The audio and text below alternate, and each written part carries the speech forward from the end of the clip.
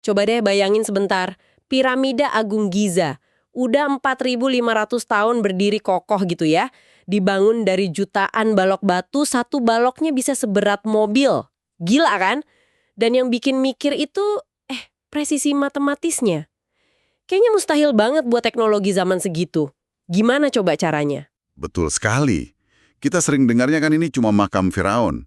Tapi kalau dilihat detailnya, presisi pembangunannya itu, wah, luar biasa. Banyak pertanyaan muncul, dan ada beberapa keanehan yang cukup mencolok ya. Misalnya keselarasan bangunannya yang nyaris sempurna sama arah mata angin. Terus posisi tiga piramida utama itu kan katanya mencerminkan sabuk Orion di langit. Angka ini sama persis secara numerik dengan angka kecepatan cahaya. 299.792.458 meter per detik. Kebetulan? Masa sih kebetulan bisa sepresisi itu? Kayaknya susah diterima akal sehat ya. Iya, itu memang anomali yang paling sering dibahas dan paling membingungkan. Oke, jadi mari kita coba bedah beberapa teori yang paling menantang nih, teori-teori yang beredar. Siap. Teori pertama yang paling populer dan mungkin paling radikal ya, ini bukan buatan manusia. Mengingat teknologi Mesir kuno yang ya kita tahulah terbatas, mungkinkah ini campur tangan alien? Nah, itu dia. Ada yang bilang begitu. Spekulasinya, teknologi kita sekarang aja mungkin belum tentu bisa niru presisi Giza. Jadi kalau bukan manusia zaman itu, siapa lagi? Itu pertanyaan besarnya. Ada yang bilang alien pakai piramida ini sebagai semacam penanda waktu kosmik atau navigasi. Gagasan yang liar sih, tapi ya, memang susah membantah keterbatasan teknologi mereka saat itu. Tapi ada sudut pandang lain juga kan, bukan alien, tapi peradaban manusia yang hilang. Betul. Ada temuan-temuan arkeologis, artefak-artefak gitu, yang usianya lebih tua dari Mesir kuno yang kita kenal. Pra-Mesir kuno lah istilahnya. Ini memicu spekulasi adanya peradaban yang sangat maju sebelum zaman es terakhir, sekitar 12.000 tahun lalu. Wow, jauh banget ya waktunya ya. Iya, bahkan ada yang mengaitkannya dengan legenda Atlantis, benua yang hilang itu. Katanya puncak gunung bawah laut di lokasi Atlantis itu bentuknya mirip piramida. Nikola Tesla, si jenius listrik itu, kabarnya terobsesi banget sama piramida. Dia percaya piramida itu semacam pemancar energi nirkabel raksasa. Beneran?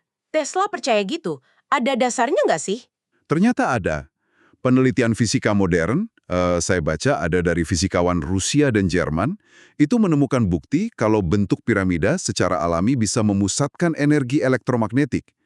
Energi yang ada di sekitar kita ini bisa difokuskan di dalam ruang-ruang piramida. Serius? Jadi bukan sekedar pseudosains gitu? Ya, tentu masih banyak perdebatan ya di kalangan ilmuwan. Tapi temuan ini setidaknya menunjukin ada sesuatu yang menarik dari bentuk piramida itu sendiri. Mungkin bisa transfer energi tanpa kabel. Bahkan ke benua lain, kayak ke piramida Maya misalnya. Wah, makin liar aja ini teorinya. Dari alien, Atlantis, sekarang pembangkit listrik. Tapi ada lagi kan, yang dari naskah kuno? Iya, ini dari sumber yang beda lagi. Manuskrip kuno, Gunungan Laut Mati. Itu naskah asli berusia ribuan tahun. Di situ ada kisah soal banjir besar dan sebuah bahtera penyelamat raksasa. Bahtera Nuh maksudnya? Mirip kisah itu.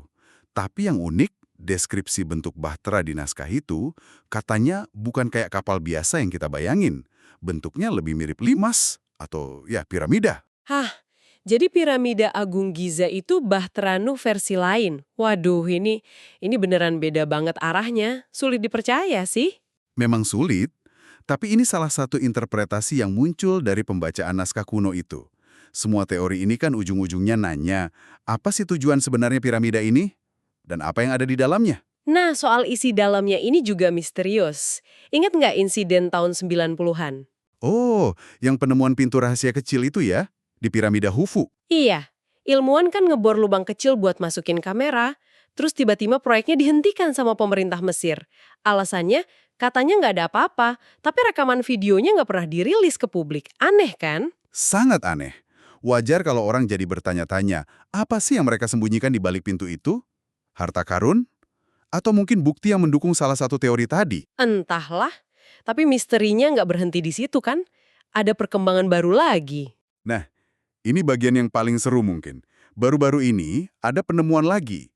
Pakai teknologi pemindahan canggih, namanya miografi. Pakai sinar kosmik. Sinar kosmik ya, gege film sci-fi gitu. Aha, ya semacam itulah. Jadi partikel energi tinggi dari luar angkasa itu bisa menembus struktur padat kayak batu piramida. Jadi kita bisa melihat ke dalam tanpa merusak.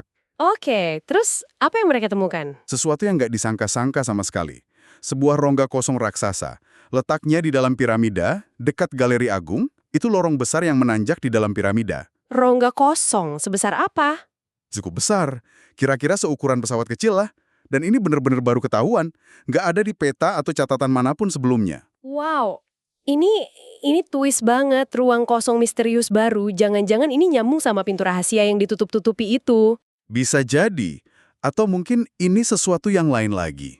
Penemuan ini bukannya menjawab, malah bikin pertanyaan baru yang lebih besar lagi. Misteri piramida ini bukannya selesai, malah makin dalam ya ternyata. Tepat. Jadi kita kembali lagi ke pertanyaan awal. Teknologi alien, peradaban hilang yang canggih, pembangkit listrik kuno, bahtera penyelamat, atau ruang berisi harta karun, atau pengetahuan rahasia. Dengan penemuan rongga baru ini, rasanya kita ini baru menggaruk permukaannya saja. Masih banyak banget yang belum kita tahu. Setelah dengar semua teori ini dan penemuan terbaru soal rongga kosong itu, jadi makin penasaran kan? Apa ya kira-kira jawaban sebenarnya? Mungkin kebenaran di balik piramida Agung Giza ini jauh lebih aneh, lebih gila dari semua teori yang pernah kita bayangkan. Nah, pertanyaan buat Anda renungkan di rumah. Dengan adanya ruang tersembunyi yang baru ketahuan ini, dan informasi soal pintu rahasia yang mungkin sengaja ditahan, rahasia sebesar apa lagi sih yang sebenarnya masih terkunci rapat di dalam batu-batu kuno itu? Apa yang sebenarnya mereka nggak ingin kita ketahui?